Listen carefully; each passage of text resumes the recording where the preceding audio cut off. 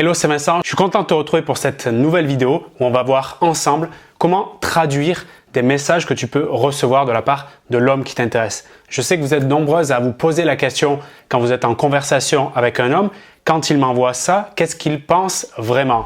On a fait donc plusieurs épisodes de cette série où je te traduis ces messages. Tu peux le retrouver dans le haut à droite de ton écran. Nous sommes au 5e épisode. Tu peux d'ores et déjà me partager, toi aussi comme de nombreuses femmes de cœur, le message que tu as envie que je te traduise dans une prochaine vidéo. Donc, tu peux le faire dans la zone commentaire directement ou à l'adresse contact@vincent-r.com. Avant de te traduire ce premier message dans cette vidéo, je tiens à t'informer que ce que je vais te proposer correspond à mon expérience, à ma vision et ce n'est en aucun cas une vérité absolue. Le but de ce partage de cette série de vidéos et particulièrement maintenant, c'est de te donner une nouvelle piste, de te donner une autre possibilité de lecture sur ce que tu as pu comprendre ou interpréter pour ensuite choisir le meilleur type de comportement si tu te retrouves à recevoir ce type de message pour aller vers ce qui t'intéresse le plus, soit créer une relation avec lui, soit arrêter, à toi de voir. Les messages que je vais te décrypter maintenant correspondent plus particulièrement à des débuts de relation. On commence tout de suite.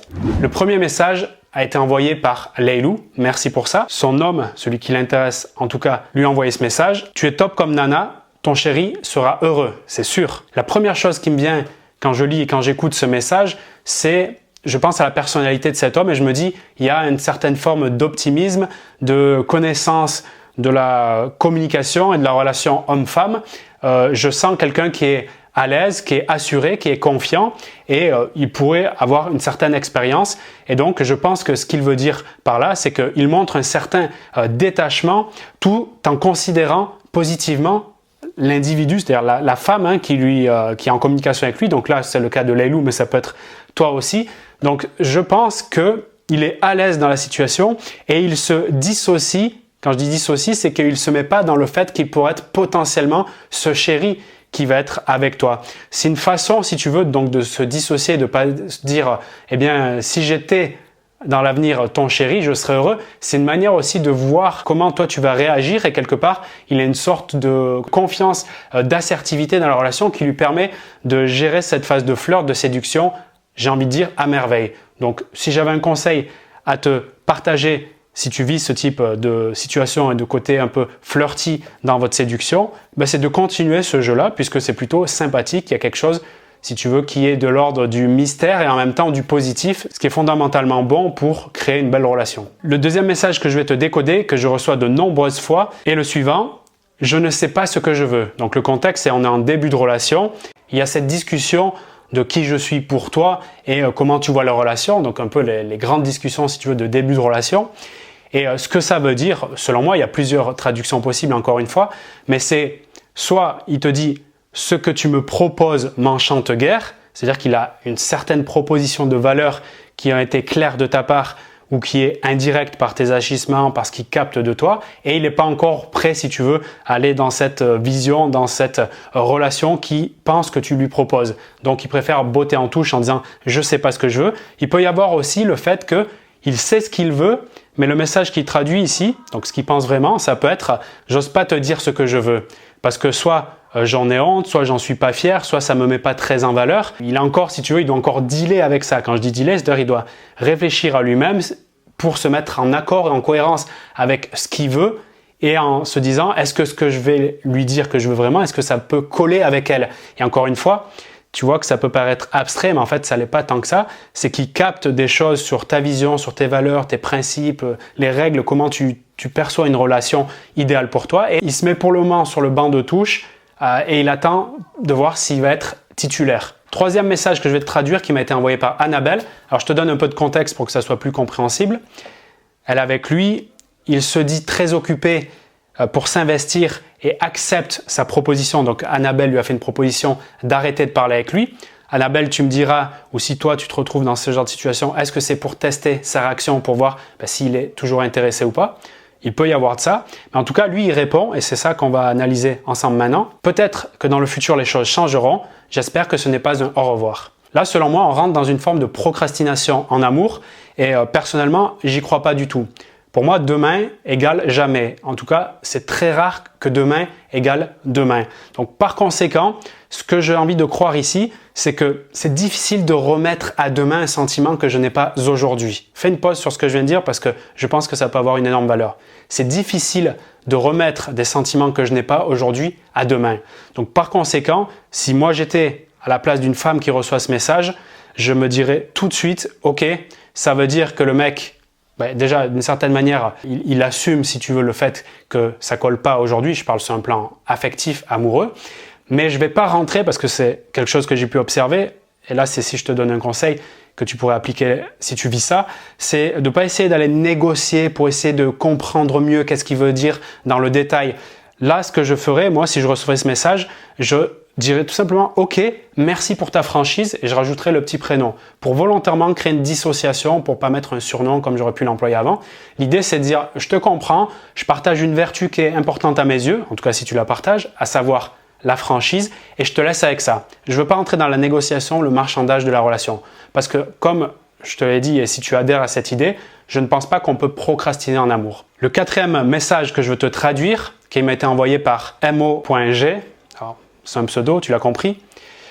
Tu me plais déjà vraiment beaucoup. Et peut-être vous êtes nombreuses à avoir reçu ce message en début de relation. Tu me plais déjà vraiment beaucoup. Quand tu entends ça, qu'est-ce qui te saute tout de suite aux oreilles? Moi, ce qui me saute tout de suite aux oreilles, et aussi puisque je l'ai lu, c'est le mot déjà et vraiment. Je sens derrière les mots, tu vois qu'on observe la sous-communication à travers mon décodage, il souligne l'intensité des émotions. Et en cela, je trouve que c'est positif. Parce que si tu écoutes de nombreuses vidéos où je parle du sujet du mécanisme d'attraction, comment un homme devient amoureux, je te parle souvent de répétition, donc ce biais d'exposition et d'intensité. D'accord?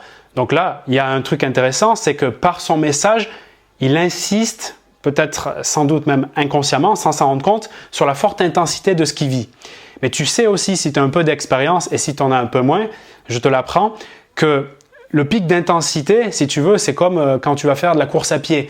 Ça va monter au début, mais à un moment donné, l'énergie, elle diminue, elle redescend. Et si tu veux ça, l'idée, il ne faut pas aller essayer de contourner ça et de dire non, j'aimerais que ça soit tout dans l'intensité au maximum. Ça serait quelque part pas respecter la vie. En tout cas, moi, j'y crois pas. Moi, je crois qu'on atteint un pic, que ce soit notre énergie au matin quand on va courir, faire du sport ou dans les sentiments amoureux au début, surtout quand il y a des partages, la générosité, on découvre l'autre, mais que c'est OK qu'il y ait un plateau et que ça redescende. Donc le déjà et le vraiment dans sa phrase-là monte l'intensité, c'est super cool, donc je le prends comme un signe très positif. D'abord, d'un premier temps, ce que je te propose d'éviter, c'est de sauter sur le truc comme « Ouah, c'est génial l'intensité qu'il y a, j'ai envie de tout donner maintenant, de tout lui dire à quel point il me plaît, je veux qu'on s'installe dans tel ou tel truc. » En gros, d'accueillir, si tu veux, d'un premier temps, ce qu'il te propose, ça c'est le conseil que je te donne, accueillir, c'est « Waouh, c'est cool ». Et si tu ressens ça, c'est tant mieux, mais je te propose de lui partager, c'est-à-dire par réciprocité.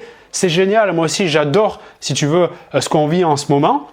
Mais toutefois, et là si tu veux, pour garder ce mécanisme de créer une relation qui peut être potentiellement intense, peut-être pas tout en haut, mais en tout cas intense dans la durée, parce que ce qui nous intéresse le plus, je pense, c'est dans la durée, et que ce soit même stable, je dirais, c'est de garder une sorte de réserve. Après avoir, 1, accueilli, 2, partagé par réciprocité, et 3, mettre une certaine forme de réserve. Ça veut dire, en gros, pour faire simple, c'est lis ce message, prends le plaisir que tu as à lire ce message, dis-lui que c'est génial aussi, et retourne travailler ou retourne t'occuper de tes enfants, pour faire très pragmatique si tu veux.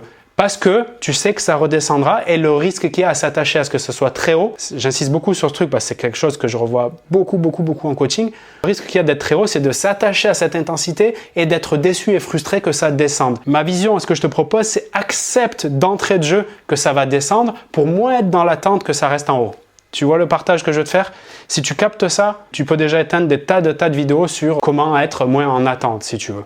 Voilà pour cette vidéo, ou plutôt cet épisode de la série « Ce qu'il dit versus ce qu'il pense ». Et tu vois, dans ce qu'il pense, c'est intéressant de regarder en profondeur, en tout cas c'est ce que je veux te transmettre aussi, sa personnalité, sa vision du monde, peut-être ses désirs, ses peurs qui sont cachés. Parce que si tu adoptes cette posture de lire le message, de le lire, on va dire de façon linéaire, et de regarder que dessous, il y a une personne, il y a un humain avec tous ses besoins et tout ce qu'on vient de dire, valeurs, vision, etc. À partir de là, un message peut te permettre d'en connaître énormément sur lui. Et là, tu captes la valeur que ça peut avoir parce que ça te permet de savoir si rapidement tu vas être d'accord pour continuer cette relation, comment tu vas anticiper tes futures communications. Ça te permet d'avoir une lecture, je pense, beaucoup plus approfondie de lui, de est-ce que tu es OK pour être avec lui et pourquoi pas avancer ensemble.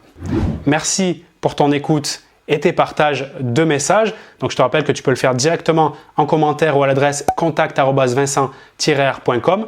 Je lis avec attention chacun des messages et je saisis ceux qui reviennent le plus souvent pour les traduire dans le prochain épisode de cette série. Si tu veux aller plus loin et que ce sujet des messages t'intéresse, dit d'une autre façon, devenir une tueuse en conversation SMS et mieux comprendre justement comment gérer de A à Z une interaction au moment où on se met ensemble et on reste ensemble. J'ai créé une formation qui s'appelle Texto Magique où je te partage, c'est unique en France, un système de A à Z justement pour maîtriser l'art des conversations et surtout la compréhension des mécanismes de séduction dans une relation homme-femme. Le lien pour y accéder est en description de cette vidéo. Je me ferai un plaisir de te retrouver dans ce programme vidéo pour te donner tout ce que je sais à ce sujet-là et je te dis à très vite pour d'autres vidéos sur la chaîne. C'était Vincent.